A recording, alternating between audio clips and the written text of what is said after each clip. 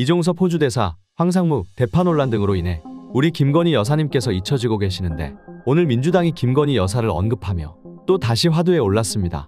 해당 내용 알아보기 전 구독과 좋아요 부탁드립니다. 페루 현장은 롤렉스 스캔들로 연일 시끄럽습니다. 페루 대통령이 2년 동안 착용한 시계가 최소 14개로 집계되며 페루 대통령의 연봉으로 쉽게 사기 어려운 손목시계까지 발견됐습니다.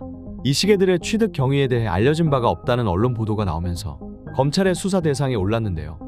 해당 사안을 바라본 민주당은 기자회견을 열고 페루 검찰이 현직 대통령의 롤렉스 스캔들과 관련해 자택과 대통령궁을 압수수색하는 등 강도 높은 수사를 벌이고 있다고 한다며 언급하고 이어서 김건희 여사의 디올백 불법 수수 의혹과 관련해 우리는 과연 언제쯤 대한민국 검찰 디올백 스캔들 대한민국 대통령 관저 압수수색 검찰에 딱 걸린 대한민국 영부인 이런 제목의 기사를 접할 수 있겠냐고 쏘아붙였습니다. 그러면서 김건희 여사의 디올백 불법 수수 의혹에 대해 최소한 확보된 증거들을 바탕으로 소환 조사라도 시작하라며 그것이 국민들이 원하는 최소한의 공정과 상식이라고 언급했습니다. 적인 대통령임에도 불구하고 압수수색을 진행하는데 김건희는 뭐가 잘나서 이리 조용합니까? 어쨌든 조용히 잊혀지고 있던 김건희 여사가 페루 대통령과 비교되어 다시금 화두에 오르고 있는 상황입니다. 김건희에게도 공정한 수사가 이뤄져야 한다는 국민의 목소리가 다시금 커져가고 있는데 오늘 해외 언론에서도 김건희를 다시 조명하는 모습을 보였습니다.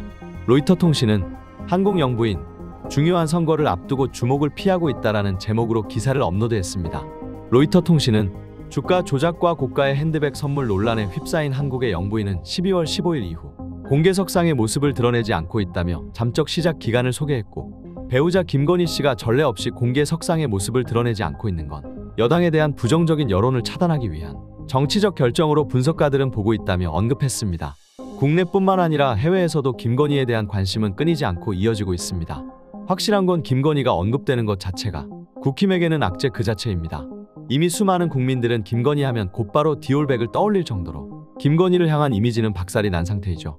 일각에서 김건희 복귀 시기를 두고 많은 네티즌들은 사전투표일 혹은 본투표일로 예측하고 있습니다. 저는 그들이 정무감각이 있다면 본투표일에 조용히 투표만 하고 넘어가지 않을까 생각하는데요. 김건희 복귀는 본투표일에 사진 한 장 정도로 마무리될지도 모릅니다. 그런데 만일 이번 총선에서 민주당이 과반을 차지하지 못한다면 김건희는 또 다시 슬며시 고개를 들며 본격적으로 대중들 앞에 나타날 것입니다. 여러분의 한 표가 매우 중요한 시기입니다. 오늘도 영상 시청해주셔서 감사합니다.